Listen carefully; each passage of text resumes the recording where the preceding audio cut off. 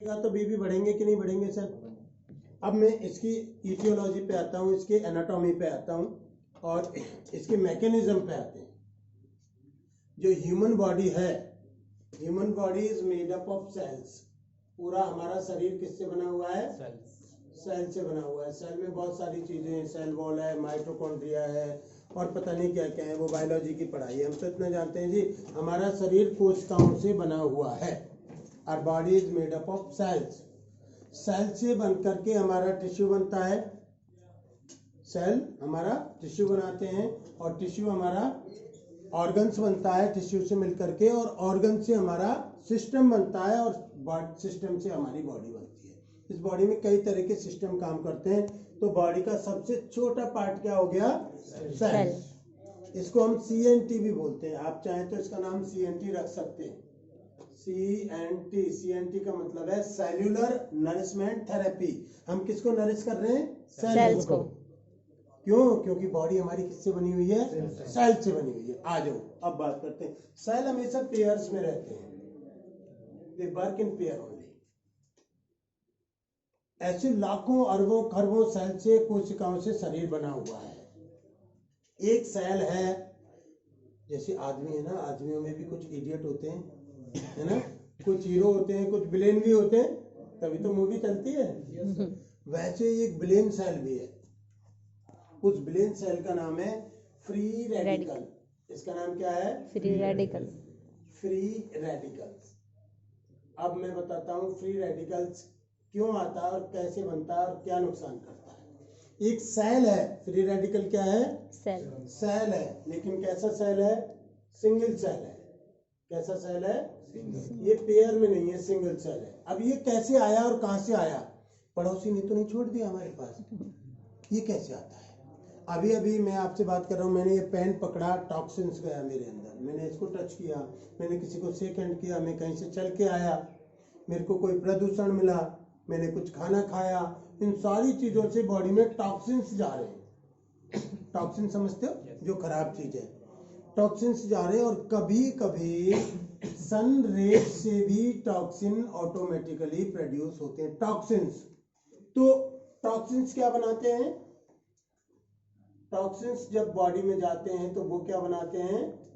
Free radical. जब जब toxins जाएगा तब तब फ्री रेडिकल्स बनेगा। अच्छा, टॉक्सिन्स के लिए कोई अमावस और पूर्णिमा भी काम नहीं करती कि भैया आज तो नहीं बनेगा। वो 24/7 एक प्रोसेस है, वो ऑटोमेटिक। अच्छा, टॉक्सिन्स को कम मत समझ लेना, ये भी numbers of toxins in lakhs and in billion trillion में है। टॉक्सिन्स भी बहुत बनते हैं। टॉक्सिन्स जैसा कि मैंने बताया एक सेल है, लेकिन कैसा सेल है? सिंगल सेल है। सिंगल सेल है तो ये इडियट सेल है। ये क्या करता है? ये हर सेल को हिट करता है जाके। सेल जो पेयर्ड सेल हैं आपके पास, जितने भी पेयर्ड सेल हैं जो हमारी बॉडी को बना रहे हैं, उन पेयर्ड सेल्स को ये क्या करता है? हिट करता है। उसमें मुक्का मारता है कि मुझे भी पेयर दे, मैं अकेला घूम रहा हूं, तू कैसे पेयर में? I want pair. ये हर सेल को जाके हिट करता है। जैसे ही सेल को हिट करता है, जैसे ही सेल हिट होती है तो वो क्या होती है? वुंड होती है, डैमेज होती है। ये वर्ड ज्यादा कॉमन है, डैमेज होती है। कई तरीके से डैमेज हो सकती है, रैप्चर हो सकती है। जैसे किसी में मुक्का मारोगे तो किसी का जोर से लग सकता है, किसी का नाक से खून आ सकता है, कैसे भी हो सकता है। वैसे ही डैमेज होती है सेल। जब सेल डैमेज होती है उस समय, ये ध्यान देना, जब सेल डैमेज होती है उस समय जेनेटिक डिसऑर्डर्स पनपते हैं। कैसे क्या पनपते हैं? Genetic disorders. जेनेटिक डिसऑर्डर्स क्या है? डिसऑर्डर्स मतलब बीमारी, और जेनेटिक मतलब पीढ़ी दर पीढ़ी चलने वाली। जेनेटिक डिसऑर्डर्स में क्या क्या आता है? ब्लड प्रेशर जेनेटिक डिसऑर्डर है, डायबिटीज जेनेटिक डिसऑर्डर है, एस्मा जेनेटिक डिसऑर्डर है, एलर्जीज, इसके अलावा और hormonal disturbances, there are lot of things जो प्रोड्यूस होती हैं। अच्छा, मुझे बताओ, ये कैसी बीमारी है? बीपी, डायबिटीज, अस्थमा, कितनी घातक है मालूम है ना? Even cancer is known for this also. Okay, तो ये सब खराब बीमारी है। तो जैसे ही फ्री रेडिकल्स ने सेल पेयर्ड सेल को हिट किया, वो सेल वुंड हुआ, डैमेज हुआ और उससे जेनेटिक डिसऑर्डर्स निकले। अब एक और काम बताता हूं, ये हमारी सेल्स को डैमेज करने के अलावा उनको डल भी करता है। उनको डल समझ रहे हैं? एक बच्चा होता है, जवानी पे होता है और एक बूढ़ा होता है, उन दोनों की स्किन को देखो, स्किन भी तो सेल से बना हुआ है। ये सब बुढ़ापा कैसे आया मालूम है? बुढ़ापा कभी नहीं आएगा अगर किसी बॉडी में फ्री रेडिकल्स नहीं जाएंगे, तो कभी बुढ़ापा आ ही नहीं सकता। तो ये सब किसकी वजह, एजिंग किसकी वजह से हो रही है? फ्री रेडिकल्स की। इसकी इटियोलॉजी बहुत है, स्मोक से हो सकती है, फोग से हो सकती है, किसी से पॉल्यूशन से भी हो सकती है, there are lot of things. अब हमको ये समझ में आ गया ये जेनेटिक डिसऑर्डर है, और जेनेटिक डिसऑर्डर्स खराब है भैया। अस्थमा तो नहीं चाहिए, डायबिटीज तो नहीं चाहिए भैया, अपने को बीपी तो नहीं चाहिए। चाहिए क्या? बिल्कुल नहीं चाहिए। ये खतरनाक, ये जेनेटिक डिसऑर्डर्स वो डिसऑर्डर्स होते हैं जिनको खत्म नहीं किया जा सकता, रोका जा सकता है। They are not curable disease, उनको क्योर नहीं किया जा सकता, रोका, उनकी रोकथाम हो सकती है, उनका इलाज नहीं होता, ये जेनेटिक डिसऑर्डर। अब नाउ कभी कभी समटाइम्स फ्री रेडिकल्स ने पेयर्ड सेल को क्या किया? हिट किया। लेकिन वो जो पेयर्ड सेल है वो थोड़ा स्ट्रांग है, प्रभास सर की तरह है ना, दाढ़ी वाड़ी बढ़ा के, वो भी जाड़ा है, जाड़ा सेल है। अच्छा, उसने जेनेटिक डिसऑर्डर नहीं क्रिएट नहीं होने दिया। अनफॉर्चुनेटली ये हिट करते समय जेनेटिक डिसऑर्डर की जगह पे क्या पनप गया पता है? डीएनए डिस्टर्ब हो गया। क्या डिस्टर्ब हो गया? DNA disturb. अब जरा सुनना कहानी को। अब अगर सेल का डीएनए डिस्टर्ब हो गया तो क्या हुआ? मुझको, मेरी तो बॉडी स्ट्रांग थी, मेरी तो इम्यून ज्यादा थी, तो मेरे इस बॉडी में तो नहीं आया कुछ भी। जब मेरे बच्चे पैदा हुए तो कैसा डीएनए गया? डिस्टर्ब्ड डीएनए गया। कैसा डीएनए गया? डिस्टर्ब्ड डीएनए गया। मेरे बच्चों को वो जेनेटिक डिसऑर्डर लगा। अब जरा बताओ, जरा ये कितनी पीढ़ी दर पीढ़ी बिगाड़ता जा रहा है यार हमको। ये तो बड़ा ही खतरनाक आदमी है कि नहीं है? इसका साधन क्या है इसको रोकने का? एक बदमाश बच्चा है मान लो, इन्हें जो हमारी समाज को खराब करता है या गलत काम करता है। अगर ऐसे बदमाश बच्चे होते हैं ना, ऐसे लड़कियों को छेड़ते रहते हैं, उस बच्चे की शादी करा दे तो क्या रहता है? वो नल हो जाता है। तो अगर इसको पेयर्ड कर दिया जाए, इसको अगर पेयर्ड कर दिया जाए तो ये हमको फायदा करने लग जाएगा। जैसे ये पेयर्ड होगा वही ये अच्छी सेल में बदल जाएगा।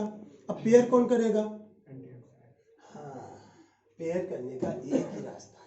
एक चीज जो माध्यम पेयर करने का होता है या न्यूट्रलाइज करने का होता है उसे हम बोलते हैं ऑक्सीडेशन, है ना? ऑक्सीडेशन हो रहा है ना ये, तो उसके लिए हमको काम आता है एंटी ऑक्सीडेंट। ये हमारे काम आता है। अगर हम एंटीऑक्सीडेंट लेते हैं तो एंटीऑक्सीडेंट क्या करता है?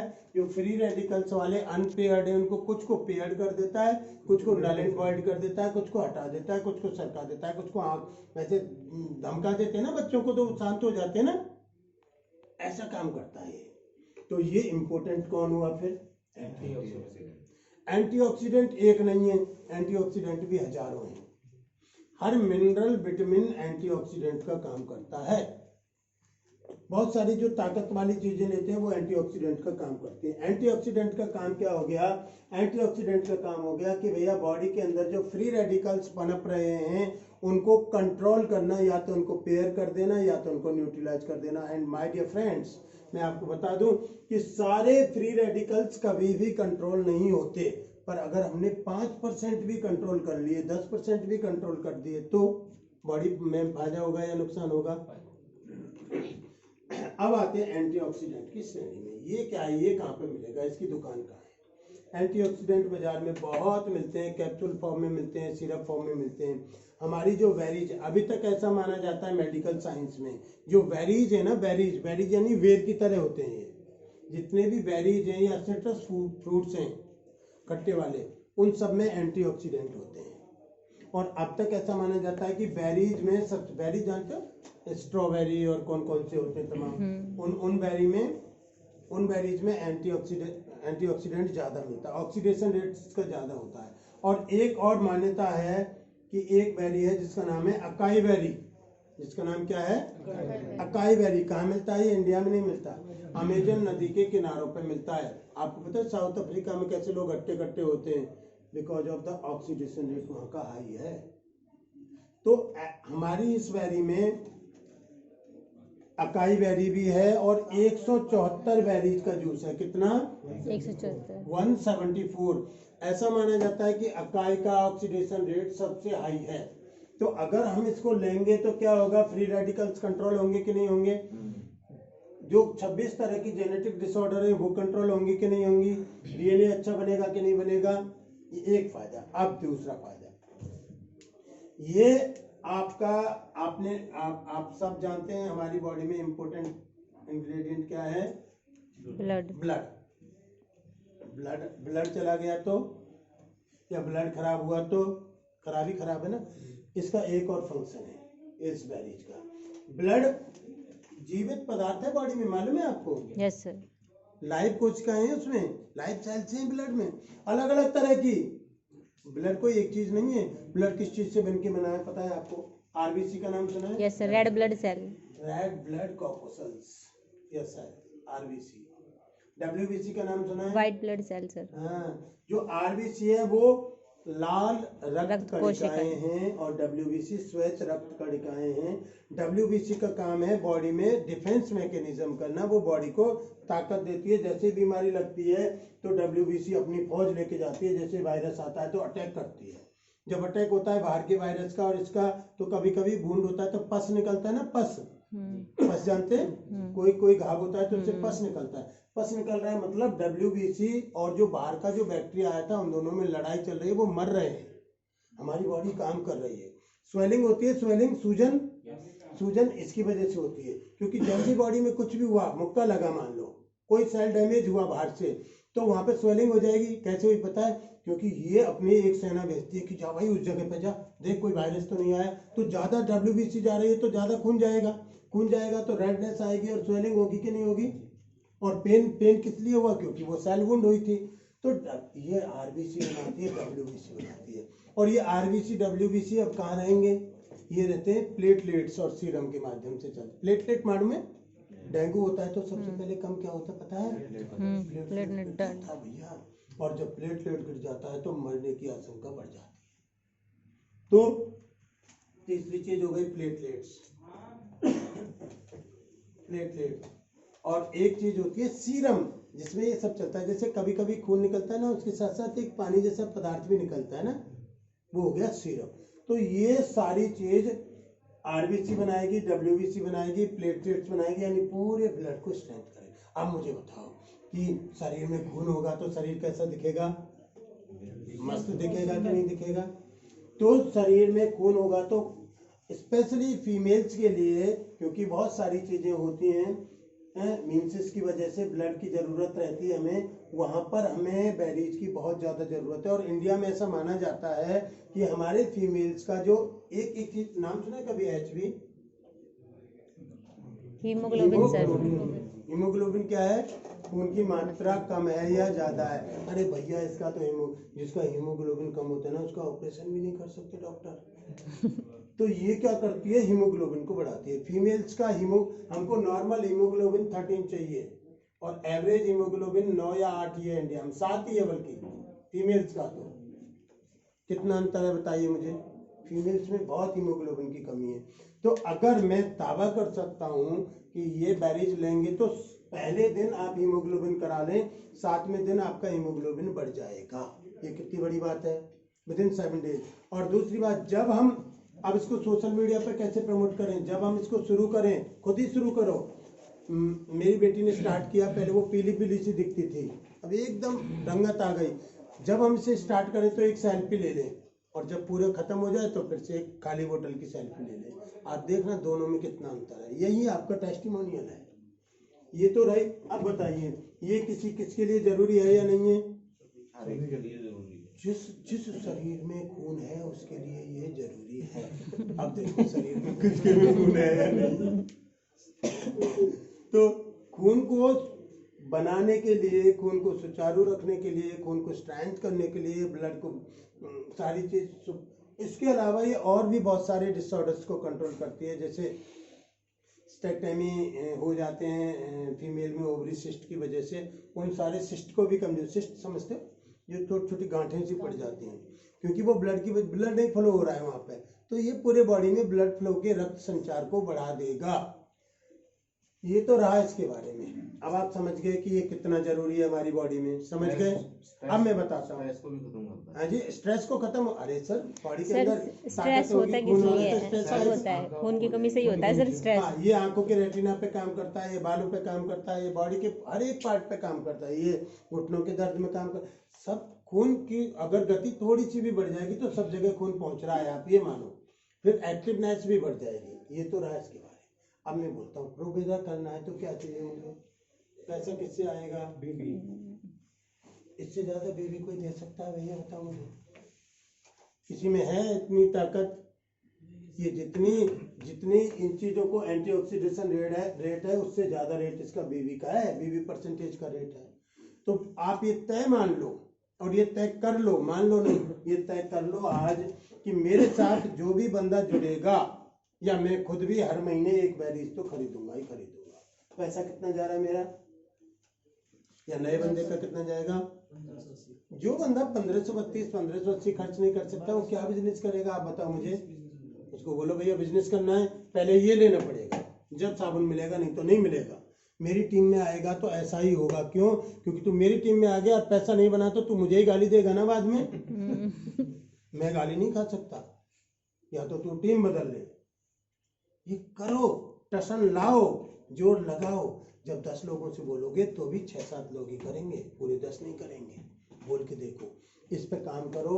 इससे ज्यादा बढ़िया कोई प्रोडक्ट नहीं है, और इससे ज्यादा बढ़िया किसी भी प्रोडक्ट में भी नहीं है।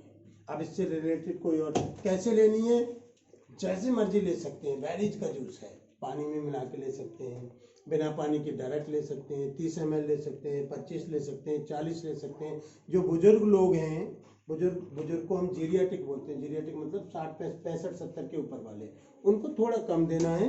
यंगस्टर्स को जो मर्जी जितना दे दो नुकसान नहीं करेगा। खाना खाने के पहले ले सकते हैं, बाद में ले सकते हैं, कोई इश्यू नहीं है इससे। अब कोई और पूछना है तो और पूछ सकते हैं। बोतल आपने देखी है, बहुत ही डैशिंग वाली बोतल है, ये डैशिंग है ना, रम की है, शैंपेन की है, ये बोतल है,